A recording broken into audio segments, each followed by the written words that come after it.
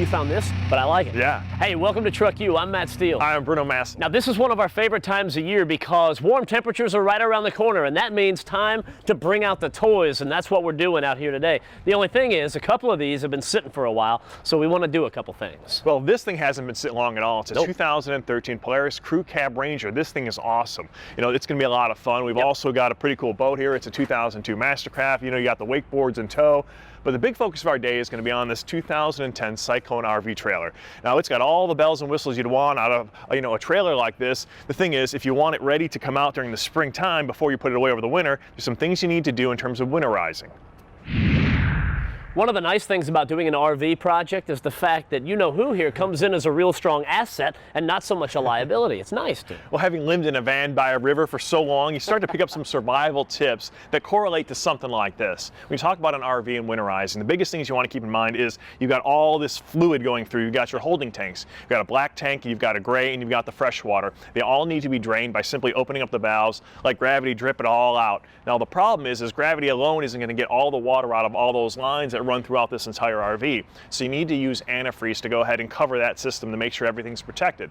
Now, it's not the antifreeze that's going to go in your coolant system on your truck or your car. It's the pink stuff you'll buy at the big box store or the automotive parts store. Now, what you do with a modern system like this, it's really easy. You simply plug in the gallon jug to the orifice right here and flip the switch. Now, it'll pump, the winterizing switch will pump it all throughout the entire system. What you have to do, though, is make sure you open up all the faucets, all the valves, so that it all flows through. Now, you know when you've got enough in the system is when that pink fluid comes through bright and pink through all your faucets and even the toilet, then you know that your holding tanks are covered. It's a lot like bleeding the brake lines, right? Yep. So you crack them open and you make sure everything ran through. Nice and easy. Now you want to make sure that you bleed the whole system because in this particular one, look, you got a little door here, right? And this exterior spigot right here. Well, let's say you bleed the system and you pump the new stuff through there, everything is good, but you forget this one little line and there's residual water in there and that freezes. Well, that's where your one little leak's going to be. And whether you got one leak or 50, it's just a giant pain in the butt. So make sure you bleed the whole system out and get that job done. It's easy to do. Now, the other thing you want to talk about is rodents with something like this, Yeah. and they can be a pain in your neck. You know all about it when you talk about storing stuff. Yeah. You know, you've got, whether it's an antique car or it's up in your attic, they can cause a lot of damage. And this is an expensive vehicle. You've got a pricey interior, you've got all the custom upholstery, can all be torn apart by simply not taking a few minutes to treat it.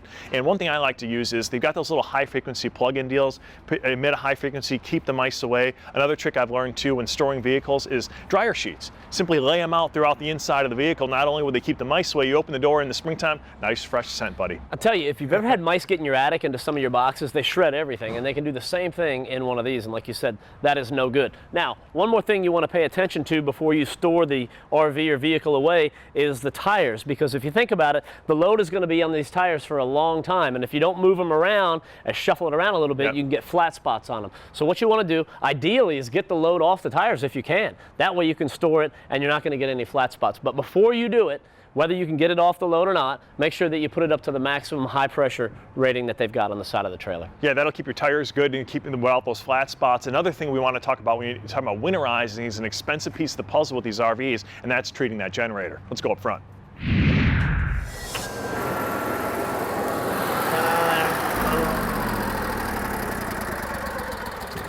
Now, we love this Cummins Onan 7000 generator, and you know, when you're RVing, it's all about bringing the creature comforts of home out there to the RV, and this is great because we're going to have enough power with this to run 2 ACs, television sets, all the electricity, everything in there. And you know, realistically, that's my idea, right? I'm with the kid on that because you can notice how quiet this thing is when you have the door shut. You don't even know it's running. It's on anti-vibration. Springs there, so it doesn't have any vibration up front. And the big thing is, man, it gives you all the power you want. So you want to make sure that you winterize it properly to make sure when you flip the switch, you've got that power back again in the springtime. So the biggest thing is it's changing out the fluids, change the fuel, change the fuel filter, and change the oil. You know, people don't realize that acid accumulates in oil over time, especially if you let it sit. It can actually eat up the engine bearings. Obviously, you don't want that to happen. This is an expensive unit. You want to make sure that it runs properly so you have all those creature comforts of home. So it simply comes down to, with this unit, you crack this little bleed screw here.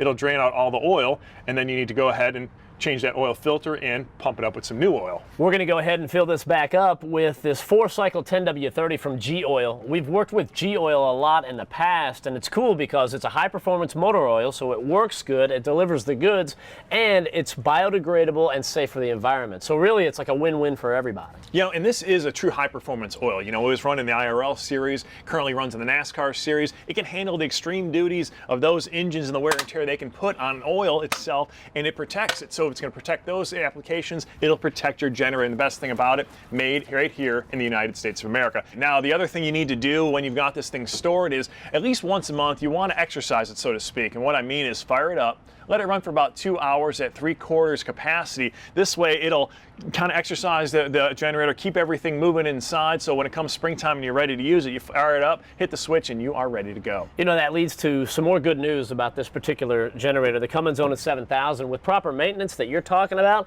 this will probably outlast the rest of the RV, so that's pretty cool. Now, we need to go to break right now and finish the rest of this up, but when we come back, we've got a really cool deal that's going to help eliminate a lot of the headaches from the entire RVing experience.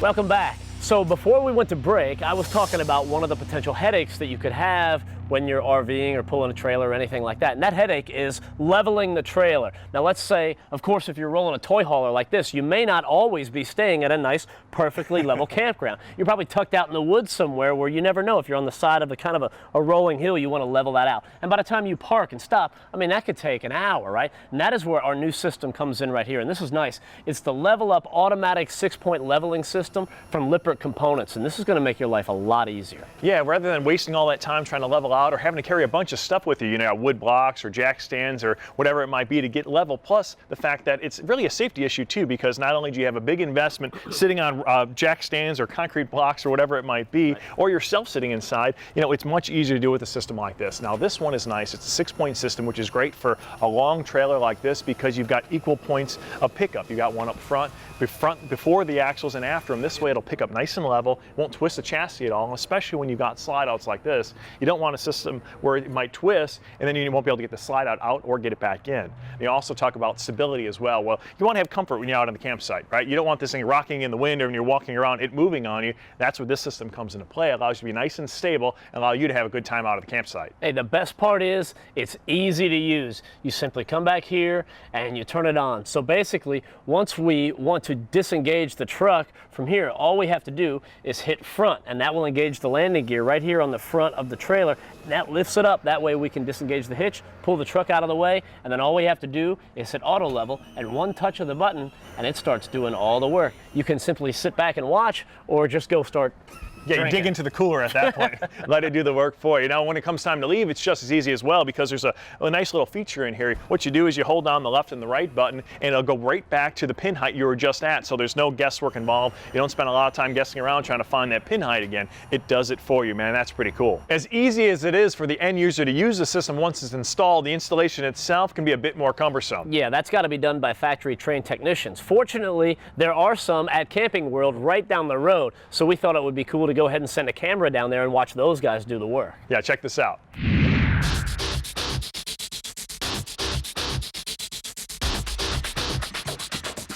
It was a great time to drop by Camping World. They just so happened to be doing a training class on the Level Up product, so it was all hands on deck for this one.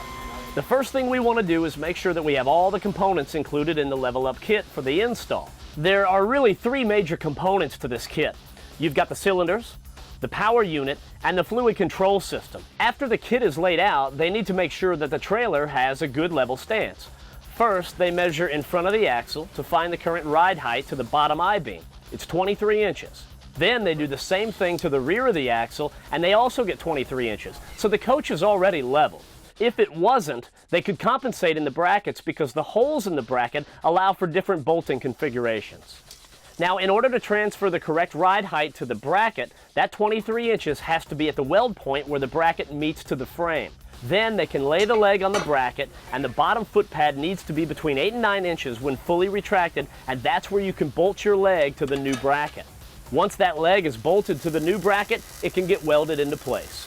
An advantage to the hydraulic system is that the cylinders share the fluid in pairs, always maintaining even pressure per leg, giving the coach overall stability, never allowing accidental twisting of the frame. Now that the lines are plumbed and attached to each leg, they can go to work on the front 2 legs or the landing gear. So some modifications need to be made to the floor to make room for the new legs. After the new bracket is welded into place, they use a torch to cut out the floor and slide the new legs into position. Level Up is really a plug-and-play unit. This LCI controller handles all of the leveling from front to back, and there is a similar unit that mounts in the center section that measures side to side. Well, that wraps up the Level Up install at Camping World. Meanwhile, let's head back to the shop and we'll show you how to correctly align any fifth wheel trailer.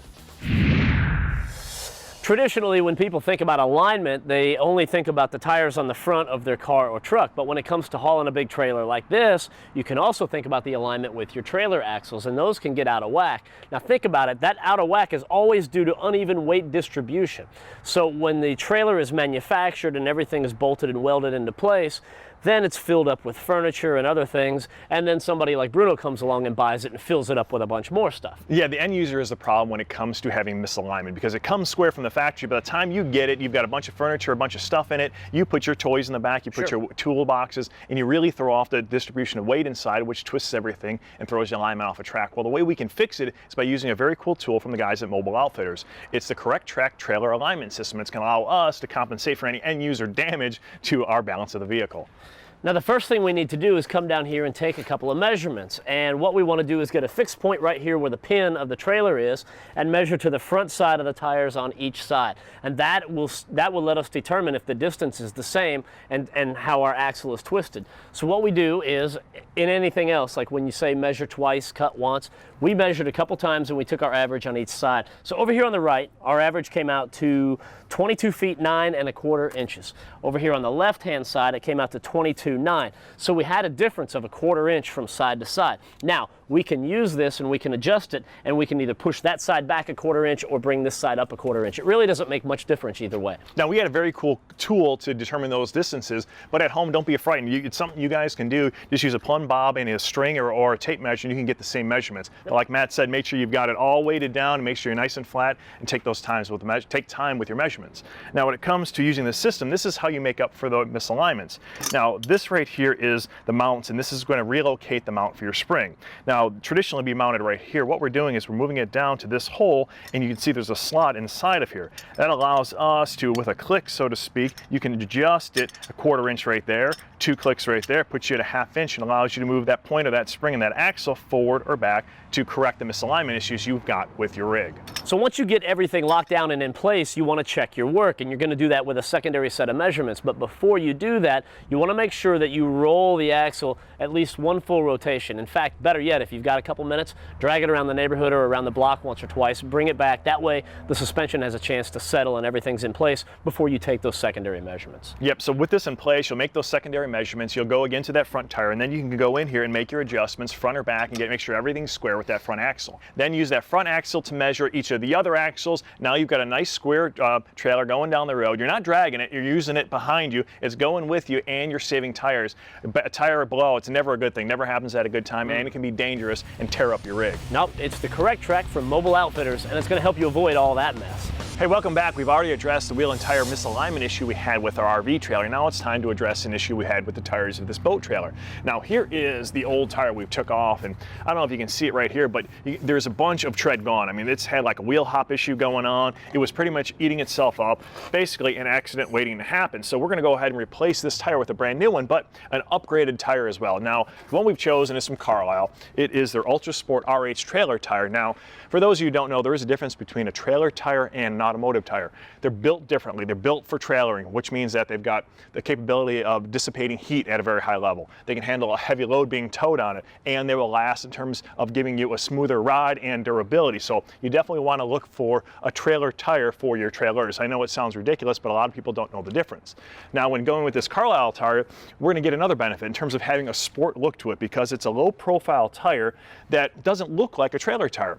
It's low profile in the look, in overall diameter. It doesn't have the bubble side you see right here, which most trailer tires have. It's got a squared off shoulder. So this is going to give you a high performance look, and it's a great thing to add when you've got, you know, a boat trailer, you've got an RV trailer or an ATV trailer. It's going to give you that sport look, but all the performance you'd expect from a high-end trailer tire. Also, with the low profile, we're going to get a little bit of more clearance right here on the fender well, as the other one is really close to rubbing. So any clearance we can gain is going to be a benefit. So let's get this old one here out of the way, and then we can mount up our new tire.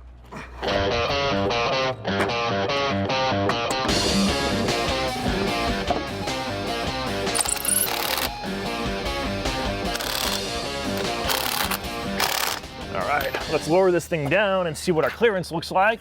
I think we picked up a little bit of room here. Yeah, you can see right here, you got a little bit more clearance than we had before. It's not a lot, but before you could barely get a finger between the two, so that's nice. It'll give us a little bit more clearance, and gotta admit, I like the overall look of this new Ultra Sport tire from Carlisle, man. Kind of gives it a little bit of performance feel to a boat trailer, and it's got all the benefits you'd want out of a true trailering tire.